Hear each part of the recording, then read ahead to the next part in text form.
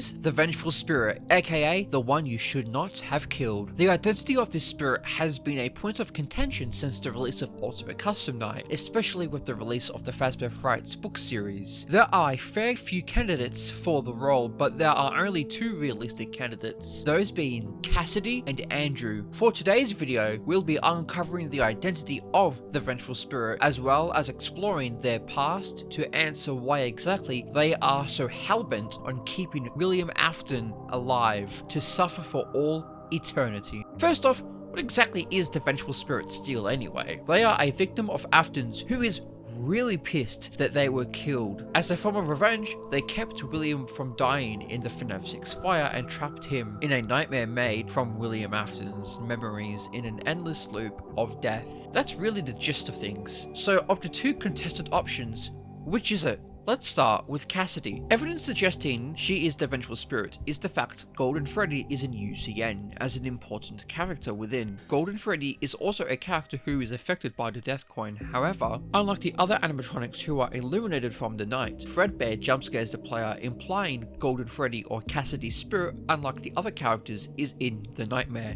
The final cutscene of UCN is Golden Freddy shaking uncontrollably into the darkness, seeming to indicate a rage that refuses to die out, mirroring Springtrap's movements in FNAF 3's trailer. The contorting of both characters could be used to showcase why Cassidy is so vengeful, because her death, unlike the other MCI, may have been via spring locking. Another point in Cassidy's favour is the movie version of Golden Freddy watching Afton in Spring Bonnie, taking pleasure in his suffering, wishing it to last as long as possible, as stated in the movie novelization. Cassidy does certainly fit the role of a vengeful spirit, someone who was killed by Afton who could have the motive to keep him alive. But what about Andrew? Andrew is a character who was introduced and explored in the Fazbear Frights book series released after UCN. Andrew, a victim of Afton's within the pages of the book, who is hellbent on keeping him alive in the story The Man in Room 1280. He is described as a shadowy child wearing an alligator mask. Each attempt the nurses take to kill William results in Andrew retaliating against them. While Afton is bedridden, he is placed in some kind of continual nightmare, as the nurses described in the story. There were two brainwaves in William's mind, one being William and the other being Andrew. The two waves are described to be tormenting each other, vying for control over the body. Within the Stitch Wraith epilogues, Andrew's character is explored more in depth, thanks to Jake, the other spirit within the Stitch Wraith, who asks him questions about who he is. Andrew is described as being angry, like really angry. As Jake tried to commune with him, he sounded very annoyed. Andrew was silent for a few seconds. Have you ever been so angry that you wanted everyone to know it? I've been really angry, he said, but I guess I didn't need everyone to know it. But I had someone to talk to. Did you? No. Did you want to get back at the person you were angry with? Andrew asked. I don't think it was a person. I think it had to do with being sick or something. My memories are kind of fuzzy. Fuzzy? Yeah. So are mine. But I do remember wanting to get back at someone who hurt me. I think I attached myself to him. I got into his soul, made sure he couldn't move on when he should have died. I remember I wanted him to suffer the way he made me suffer, but I don't remember what he did. I just know I hung on, no matter what they did to him to try and save him. I wanted him to hurt. But then Andrew had more to say. I remember they tried to kill him, but I wasn't going to let him go until I was ready. He tried to release you. He tried to release us. But I'm not gonna let that happen. I will hold you here. I will keep you here. No matter how many times they burn us. It's weird. I remember being so angry and determined, but I don't know why. Andrew wanted to get back at William for something he did, something Andrew doesn't remember, just the anger he felt towards him. And it's this anger which motivates him to keep William alive when he is on the edge of life, no matter what. Andrew seems to fit the bill on who the Vengeful Spirit would be, as he was the Vengeful Spirit in Fright, and ignoring the book canonicity debate, why couldn't he be the Vengeful Spirit in the games as well? There in fact is a lot of evidence pointing towards this idea. First off, the Vengeful Spirit in UCN is is referred to with he/him pronouns. And obviously, Andrew is a boy and Cassidy is a girl, but that doesn't mean much when you consider the MCI refer to themselves as the animatronics they possess and quite possibly believe they are those characters themselves. The characters could be referring to the animatronic the vengeful spirit inhabits, as Golden Freddy is a male character, whilst the spirit inhabiting them is a female. And the same goes for the puppet. They are a male character when the spirit in the puppet, Charlie, is a female. This is further strengthened with the Take Cake to the Children minigame in FNAF 2, with the minigame stating save him and getting jump scared by the puppet at the end, meaning the minigame is talking about the puppet and not the spirit. However, this begins to fall apart when you consider that every other animatronic who possesses shares the same pronouns as their spirit. So let me ask you this. You have Circus Baby, who is a female, and you have Elizabeth, a female spirit residing in Baby. When using she to describe them, who are you talking about? The animatronic or the spirit? The same goes for Chica and Freddy, and while this doesn't prove the idea the characters could be referring to Golden Freddy rather than Cassidy, what does is the fact that the vengeful spirit's face appears randomly throughout the game. In the office, game over screen, doorways, and the front vent. And who refers to the vengeful spirit as he? The characters Withered Chica and Mangle, who come straight from the front vent. He's here and always watching. The one you shouldn't have killed. I have seen him. The one you shouldn't have killed. To me, it doesn't make sense for the characters to be referring to the vengeful spirit as the character they possess if they see their face in the vent they crawl out of. Though, some will point out the description for the voice listings of the vengeful spirits as being allowed to either have a feminine or masculine sounding voice, and being able to alternate between the two to state it's possible Cassidy is the vengeful spirit. But the thing about that is it only keeps the possibility alive, and keeping discussions of the spirit's identity alive. And that's not even mentioning a young boy does sound feminine at times. Despite that, the voice listings don't prove Cassidy is the vengeful spirit, nor does it prove it's Andrew.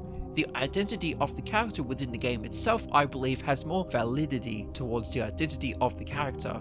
But the evidence doesn't end there. Another connection UCN has with the Man in Room 1280 and even FNAF 6 is Afton's beating heart. As Afton was alive past FNAF 6 while in a nightmare, then there would be a heartbeat in UCN, right? Well, in fact, there is. Take a listen to Sleep No More and pay attention to the constant beat throughout.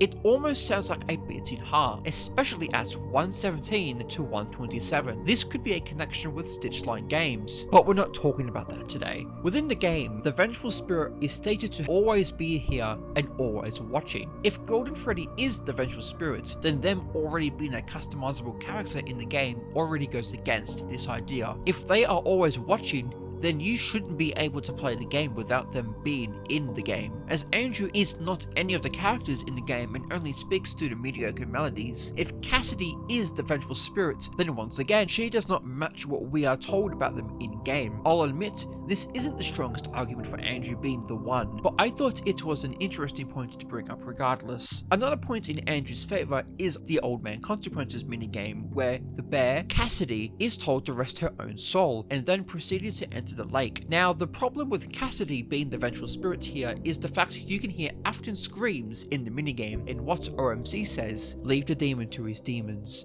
rest your own soul, there is nothing else. If Cassidy is the vengeful spirit, then who is making Afton scream, and what does OMC mean by leaving the demon, William, to his demons?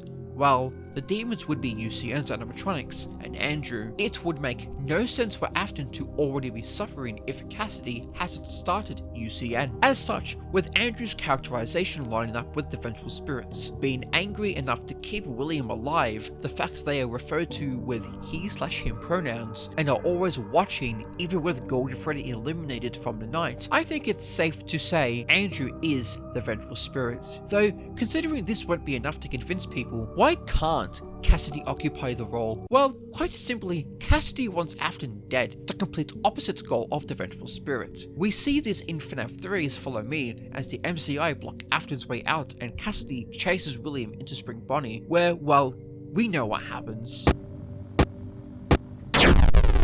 Not to mention Golden Freddy's spirit in the novels thematically is the opposite to Afton's. While Afton inflicts pain and suffering onto others and perpetuates the cycle of agony for his own personal benefit in his grand scheme to unlock immortality, William in the Fourth Closet wants to merge with the 5 children so that he could be able to live in a vessel which would allow him to live forever, which, as we know, Remnant has this ability, which is depicted in Frailty as Jessica uses her heart pendant made out of Remnant on the patients to help heal them and bring someone back to life in the beginning of the story. And Remnant's properties are also displayed in Sister Location's custom night, with Mike standing up after Ennard abandons him. Brooks wants to also put his friends back together, but not to be one with William. He does this to make his friends whole again. Okay, not the best example of this, but Brooks is a kind and caring character, unlike William, who is vile and cruel. But unlike the Vengeful Spirit, when Michael and the other children remember who William is, they throw him into the furnace and move on, unlike what the Vengeful Spirit does, keeping William alive. These same character traits can be seen in Cassidy. She wants Afton dead, as seen in Follow Me, and she is a kind and caring person, which is seen in the survival logbook, revealing her name and showing us that she wants to help the crying child remember who he is and help set up a happier stay for him and the other MCI. She actively goes against what Afton wants. This can be seen in UCN itself with, ironically, the Bear of Vengeance. The bear would represent Cassidy and the fox, William. The bear actively attempts to thwart the fox by killing him, but ultimately fails every time. Cassidy attempts to kill William, and every attempt leads to failure. Bear of Vengeance ends with the fox having fled the lands, and the bear vows to find him and end him once and for all. Her and William being opposites is further proven by Princess Quest with Cassidy and Glitchtrap. While this is leaning on a theory for support, we, the princess, attempt to take down the evil witches mimicking Afton, the light and the dark. Not to mention, yellow and purple are the opposite colors on the color wheel. As Cassidy and William seem to be thematic opposites, it wouldn't really make sense if she kept William alive, in turn keeping the past alive, which is also another one of FNAF's themes. The refusal to let go of the pain from the past. In doing so, it only perpetuates the cycle, causing more pain and anguish down the road. As I said before, this is exactly what William does, so Cassidy doing the same, even if it would be justified, would be a betrayal of her character and the theme of letting the past die, especially after Henry tried to do exactly that at the end of the story. Having her or any of the other spirits of the MCI keep William alive to perpetuate this cycle would not be a good continuation to their characters, in my opinion. While Cassidy and Michael are different characters in different continuities, the story of both the novel trilogy and the games are the same story. The novels are just alternative retellings of it, so it would make sense if the role of Golden Freddy in each was the same. So now that we've answered who the Vengeful Spirit is and why they can't be Cassidy, let's dive into what Andrew's backstory could be. Despite Frights giving Andrew some form of depth, it doesn't give him a proper backstory, and I think it's because we already had one given to us in FNAF 6, the Midnight Motorist minigame. Many people will say Midnight Motorist is telling us the story of William and the Afton family after he killed Charlie outside of Fredbear's. They say this because the man returns to his house driving his purple car on a rainy night, just like the Take a Cake to the Children and the Security Puppet minigames depict, as well as the fact Midnight Motorist is titled later that night in the files. But I don't believe this is the case. Put simply, the man is the orange or yellow, not purple, Afton's iconic colour throughout the series. Now, changing William's colour in the context of Sister Location and 6 does make sense, but not when every other appearance or symbolism of Afton has remained purple beyond FNAF 6. But it's raining, just like it does in Charlie's minigame, I hear you saying. However, I think it's worth pointing out that it can rain any other night of the week. Just because it's raining doesn't mean it's the same night. I mean, it rains in each of the secret screens of FNAF 6. Does that mean each scrap animatronic arrives at the pizzeria on the same night? No. the characters are brought in from the back alley every night, which is what we're told in-game. If you are playing this tape, that means that not only have you been checking outside at the end of every shift, as you were instructed to do, but also that you have found something that meets the criteria of your special obligations under paragraph 4. I could go on, but you get the point. I think Midnight Murderous is the story of one of Afton's victims, and what we're seeing in the minigame is the aftermath of what happened later that night. Now, we already know where I'm going with this, but I wanted to discuss another likely interpretation for who the runaway is. That being Gabriel, the MCI victim who possessed Freddy. The reason I believe this is a likely explanation is because of the story You're the Band. In this story, Timmy's mother purchases an authentic Freddy mask who so happens to be the same one Gabriel inhabited. As Timmy wears the mask, he becomes more and more possessed by the spirit of Gabriel, and in this story, a shadowy figure leads Timmy with the Freddy mask on to an abandoned Freddy Fazbear's Pizza. And this isn't the only time something connected to Gabriel has him being led from a house to Freddy's. The other time is in Help Wanted's pizza party level. We, the player, are led from a bedroom to the back of the show stage in the game's lobby, who is then stuffed into Freddy. While this is a strong contender for Midnight Murderous, it's made clear in the Silver Eyes, the film, and the newspaper clippings from FNAF 1 that the MCI were all lured from within Freddy's to the safe room. So I don't think Midnight Murderous is about an MCI victim. I think it's about Andrew. Another issue people have with Andrew being a character in the game's continuity is due to the fact there has always been 5 MCI victims, and Charlie making 6 in total, excluding the crying child and Elizabeth as they are either indirect or unintentional victims. So adding a 7th unknown is something many don't like. However, in UCN, Toy Chica's high school years, a representation of William and his victims, with one of the cutscenes referencing a dog, which is how Susie was lured away. I told him that someone ran over his dog in front of my house. But once he's there, I'll entice him with warm cookies, lure him inside, invite him inside, and then I'll have him. And once I have him, he'll be mine forever.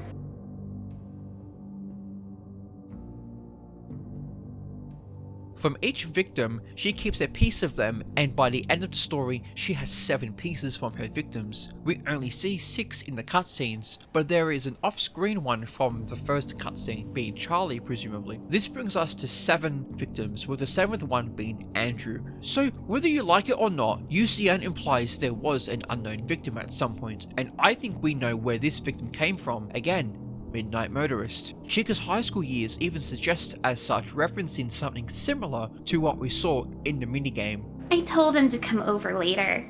That should be enough. And if he doesn't show up, I'll just go to his house.